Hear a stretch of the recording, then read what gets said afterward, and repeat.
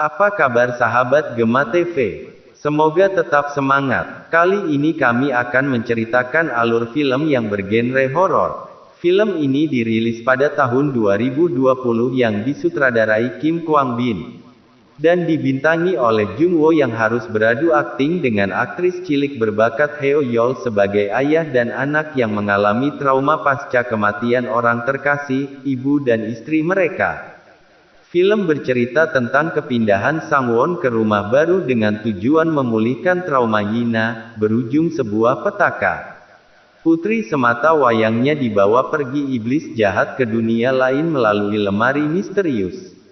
Oke, langsung saja kita simak alur ceritanya. Cekidot.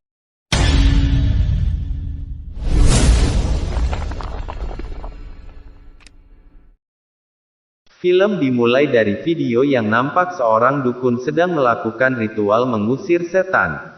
Tapi tiba-tiba pintu lemari yang terbuka sendiri sehingga dukun itu tak bisa mengontrol pisau belati yang dipegangnya.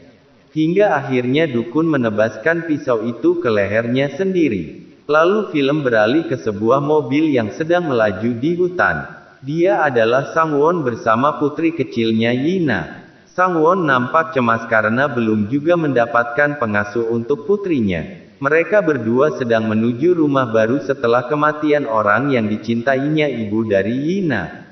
Di tengah perjalanan Sang-won tiba-tiba memberhentikan laju mobilnya. Ia melihat bangkai seekor rusa tergeletak di jalan. Sang-won pun turun dan mendekati rusa itu yang sedang dimakan oleh burung-burung pemakan bangkai.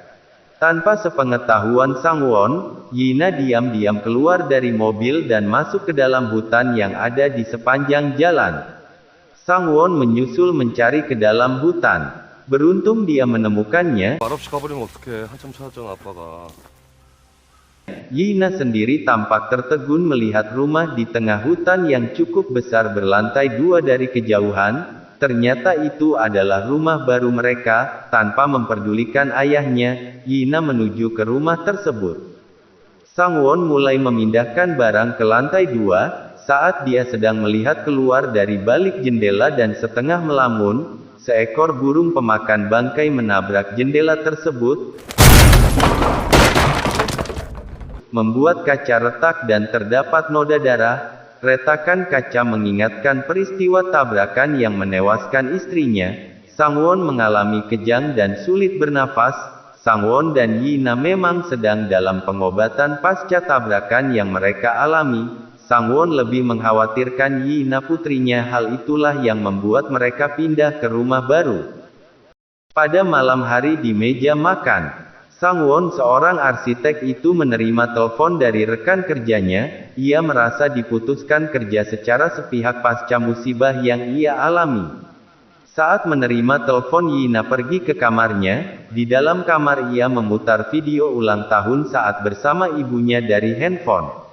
Yina menangis. Dia dikejutkan oleh ketukan yang datangnya dari dalam lemari.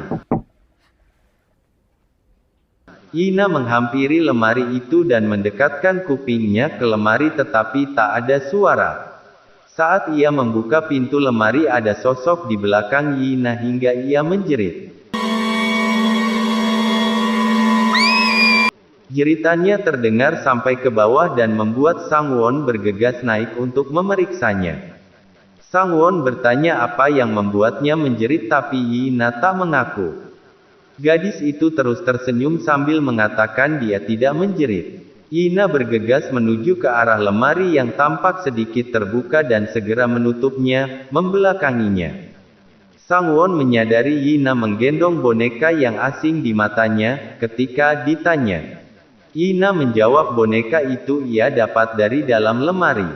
Sang-won pun memeriksa lalu menutupnya kembali. Ia lebih suka Yina bermain dengan boneka baru yang ia belikan tapi Yina merengek ia akan bermain dengan kedua boneka itu. Keesokan paginya Yina tampak ceria. Di mata Sang-won terlihat aneh. Yina pun berkata bahwa ia menyukai rumah barunya dan ia pun mendapat teman di tempat kerja Sang-won. Ia berbicara dengan temannya jika berbagi desain konsepnya akan bercampur aduk dan Sang-won juga belum bisa bekerja jika Yi-na belum dapatkan pengasuh. Setibanya kembali di rumah Sang-won mendengar Yi-na sedang bersenda gurau. Akan tetapi saat pintu dibuka hanya Yi-na sendiri di kamar itu. Sang-won tidak mengambil pusing. Ia hanya berpikir bagaimana agar Yi-na cepat dapat pengasuh dan ia bisa bekerja kembali karena proyek akan segera dijalankan. Malam hari saat Sang-won sedang merancang gambar bangunan, ia mendengar suara langkah kaki dan musik yang sedang dimainkan. Sang-won berkata agar Yi-na segera tidur. Sesaat hening, tapi tiba-tiba suara biola membuat Sang-won terkejut dan gambarnya menjadi rusak. Sambil emosi Sang-won menuju kamar Yi-na. Akan tetapi saat pintu dibuka, Yi-na sedang tertidur lelap dan suara biola itu pun berhenti seketika. Sang-won yang bingung memeriksa ruangan. Saat beranjak pergi dari kamar, pintu lemari terbuka sendiri. Ia memeriksa dan menutupnya. Kembali pintu lemari terbuka sendiri. Mencoba mendekati. Seketika keluar sosok yang menyeramkan dari dalam lemari. Sang-won terkejut ternyata ia bermimpi buruk. Sang-won memeriksa kamar Yi-na. Hadiah yang ia berikan kepada Yi-na boneka dan biola semua rusak. Saat ditanya Yi-na tidak ingin semua hadiah. Ia hanya berharap bisa terus bersama ayahnya. Sang-won mencoba menjelaskan, tetapi Yi-na malah marah dan mengamuk.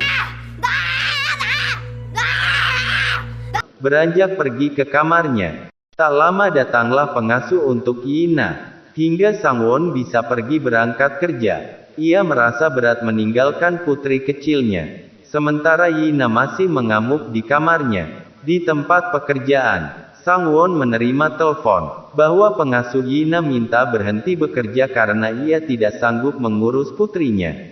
Tiba-tiba hujan. Kini Yi-na di rumah sendiri saat hujan petir di luar. Ia berdiri di depan lemari sambil berkata, "Aku juga mau pergi. Ajak aku." Pintu lemari terbuka sendiri. Dari dalam lemari, terdengar suara, "Kami akan mengajakmu." Lalu Yi-na seperti ada yang menarik ke dalam lemari. Dan pintu langsung tertutup. Sang-won membagikan selebaran berita putrinya menghilang. Ia juga memasang spanduk di setiap sudut kota. Sebulan sudah, Sang-won yang sudah putus asa kembali menemui polisi menanyakan kabar berita tentang putrinya. Ia juga meminta kepada polisi agar diperiksa ulang pengasuh putrinya. Akan tetapi polisi telah memeriksa semuanya bahkan dengan tes mesin kejujuran, tidak mengarah kepada pengasuh itu. Berita Yi-na menghilang sampai diliput media. Ternyata bukan Yi-na saja, sebenarnya sering terjadi pula kasus anak hilang yang belum terungkap. Kerinduan Sang-won terhadap putrinya, hingga ia menghabiskan waktu di kamar putrinya. Saat Sang-won di kamar putrinya, ia melihat gambar lemari dan sosok wajah yang dibuat oleh putrinya Yi-na, di bukunya. Hingga Sang-won bertemu dengan paranormal yang mengaku bisa membuat anaknya kembali, karena Yi-na dibawa makhluk halus. Sang-won tidak mempercayainya. Bahkan ia hampir melaporkan paranormal itu ke polisi. Paranormal tersebut membuktikan dengan menunjukkan perilaku yang aneh Yi-na, apa yang dikatakan sama persis dengan tingkah laku anaknya sebelum menghilang. Sang-won mulai sedikit mempercayainya. Saat paranormal memberikan buku arsip tentang anak-anak yang hilang, sebelum mereka hilang mereka sempat menggambar lemari dan sosok wajah yang aneh.